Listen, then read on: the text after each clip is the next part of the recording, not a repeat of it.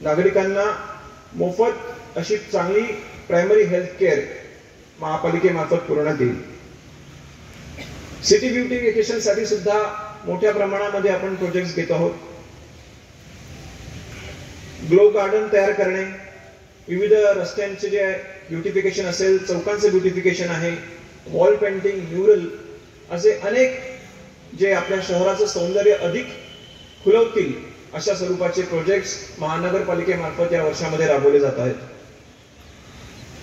आपलं शहर अतिशय स्वच्छ आणि सुंदर असावं याच्यासाठी महानगरपालिकेचे स्वच्छता विभागाचे कर्मचारी अहोरात्र काम करीत आहेत।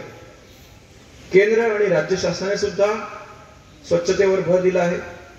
माननीय मुख्यमंत्री महोदयांच्या निर्देशानुसार नागपूर शहरात सखोल स्वच्छता मोहीम म्हणजे डीप क्लिनिंग ड्राईव्ह ही राबवण्यात येत आहे। शहराच्या स्वच्छतेसाठी सर्व कर्मचाऱ्यांनी जातीने लक्ष देण्याची गरज आहे। तसेच नागरिकांनी सुद्धा स्वच्छतेसाठी मनपाला सहकार्य करणे अपेक्षित आहे। मनपा नागपूरकरांच्या सहकार्याने नागपूरला अतिशय स्वच्छ, सुंदर आणि निरोगी शहर असं बनवण्यासाठी नक्कीच यशस्वी होईल याची मला खात्री आहे।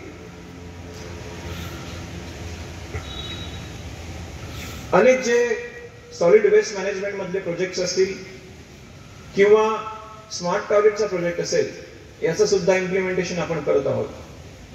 स्वच्छ आणि सुंदर शहराबरोबर आपलं हरित शहर ही सुद्धा एक ओळख आहे आणि आपल्या शहर सिटी मधलं ग्रीन कव्हर इम्प्रूव्ह व्हावं याच्यासाठी सुद्धा गार्डन विभागामार्फत आपण रोड साईड प्लांटेशन असेल, मियावाकी फॉरेस्ट आहेत किंवा गार्डन डेव्हलपमेंट आहे, असे अनेक ग्रीनिंग प्रोजेक्ट जे आहेत ते इम्प्लिमेंट करत आहोत। दिव्यांग तसेच महिला व बाल कल्याण याच्यासाठी सुद्धा महानगरपालिकेमार्फत अनेक चांगले प्रोजेक्ट्स राबवण्यात येत आहेत।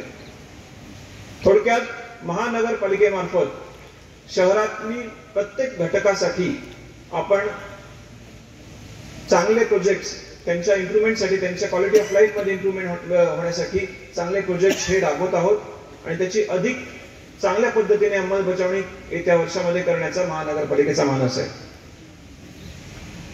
एक टॉप क्लास इन्फ्रास्ट्रक्चर असणारी, आपल्या नागरिकांना अतिशय चांगलं क्वालिटी ऑफ लाईफ देणारी असं एक शहर म्हणून नागपूर नक्कीच नावारूपास येईल याची मला खात्री आहे।